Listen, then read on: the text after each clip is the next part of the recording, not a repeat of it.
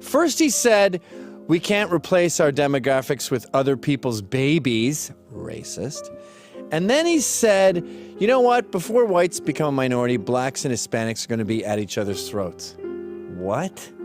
Now, to backpedal, he said, look, I don't care if you have a bunch of beige babies. I'm not talking about race. Liar. And then he said, the other backpedal was, look, if it makes you feel better, adopt a black baby. Is that what you want me to say? Huh. Here's the thing about the two incendiary statements and the two recoils. All true. Sorry, folks. But conservatives, such as the Federalists, go, well, hold on a sec. He said other people's babies. Clearly he means we can't have non-whites in this country. It's not about race. It's about culture.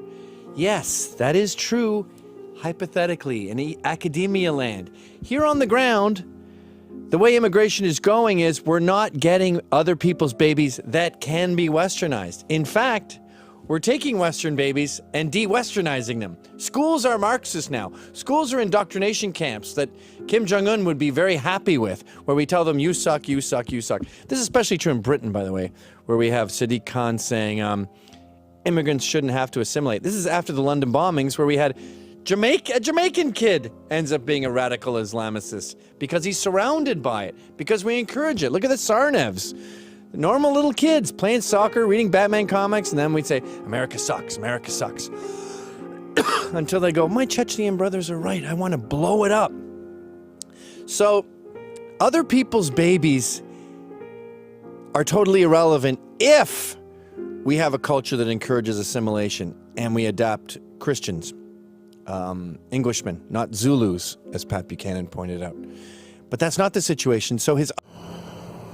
Nativism is a form of bigotry with a long history in the West.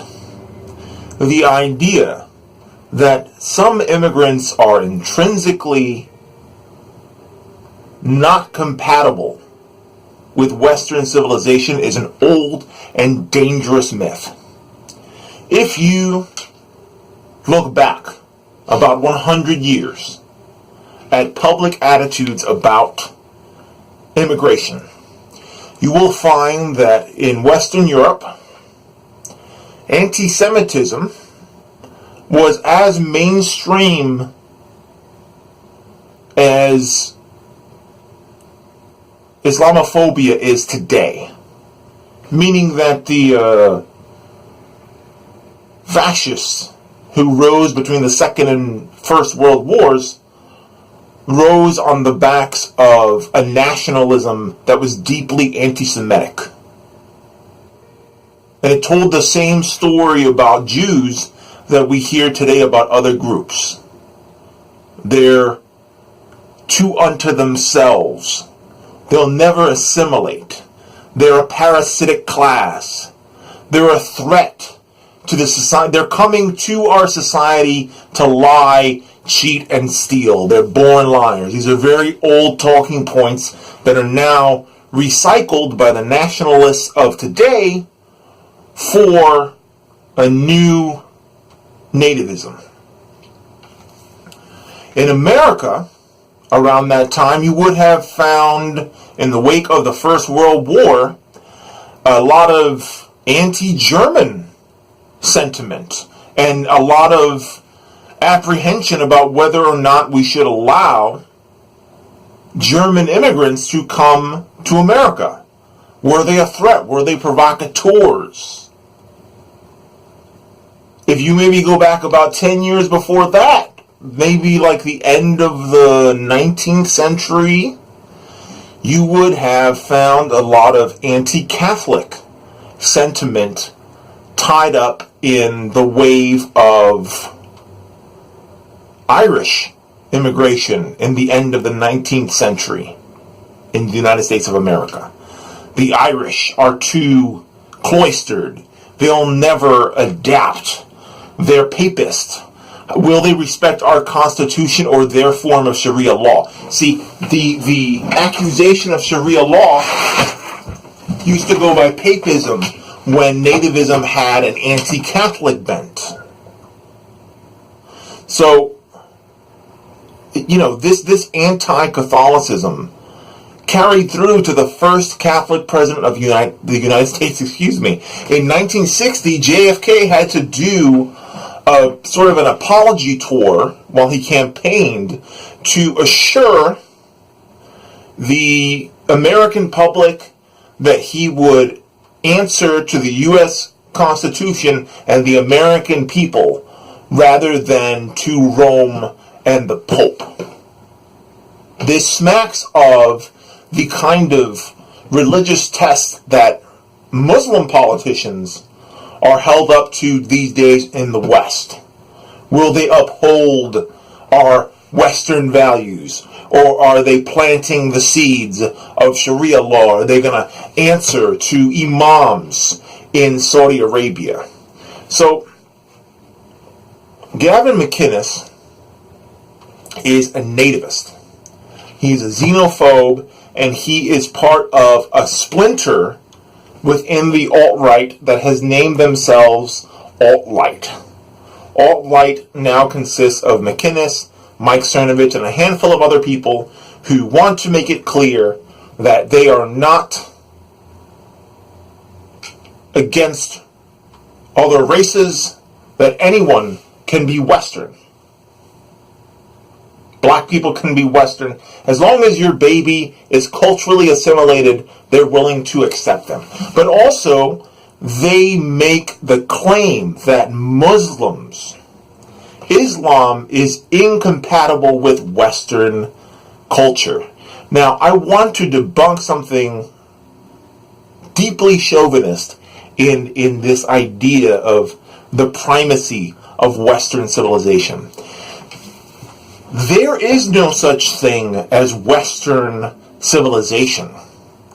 Much of what we perceive as Western civilization today was born in, the Middle East and Africa. The earliest human civilizations don't come from the West. The earliest civilized people were in Africa. So I only use the term Western civilization in sort of a generic sense to delineate a talking point. There really is no such thing as Western civilization, only human civilization. If that is true, then there is no such thing as a baby that is incompatible, as an immigrant that is incompatible, a culture that is incompatible with civilization. That is the perpetual savagery myth of colonialist ambitions. It's an imperialist talking point about how fill-in-the-blank savages cannot be integrated into our society. Whether it was Spaniards talking about Indians, indigenous people in the Americas, these myths of hierarchical speciation have always existed. That somehow there is a malignancy that is intrinsic to inferior groups of human beings. Evil hearts. And it's usually assigned to people with dark skin. I mean, even within America, when, the Civil War ended, there were a bunch of talking points about how black Americans could never, slaves, would never meet the task of becoming civilized. That they didn't deserve personhood because blacks were inherently savage because of their African ancestry. Any human being can acclimate to the society into which they are introduced because it's human beings with human beings. The danger of this idea that Muslims are a lost cause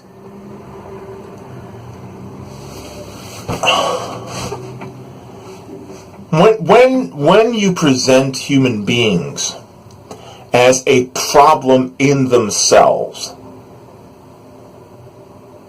you set the stage for extinction of that racial or ethnic group. The Holocaust of the American Indian was facilitated by this concept of assimilate or die. We're going to bring you into our world, our culture, kicking and screaming, and if you resist us, well, you're the problem. Gavin McInnes is from Canada, and his name sounds Irish. I guarantee you when his ancestors immigrated to Canada, they probably moved into majority Irish, probably Catholic neighborhoods. My ancestors came from Puerto Rico pretty much, and my grandparents did not speak English. Here I sit, fully westernized, in 2 generations. What's funny is that my parents were first generation, and they assimilated. In New York City, there are plenty of first generation immigrant children from China, Mexico, South America, Central America, Puerto Rico, DR, Pakistan, Bangladesh, India, Korea, China, Hong Kong. They've integrated just fine. There is no threat. There is no cultural predator coming. The only threat that I can see is forced assimilation. The idea that you can't respect new arrivals into your culture, the time that it takes to assimilate. Imagine how ludicrous the idea is that someone would show up in a country, and on the second day they're here, they'd learn the language. And on the third day they're here, they would accept the culture. And on the fourth day they're here, they would get a red, white, and blue USA tattoo. But you'll never see that kind of pressure placed on white immigrants, because of course that's a Western to Western transfer.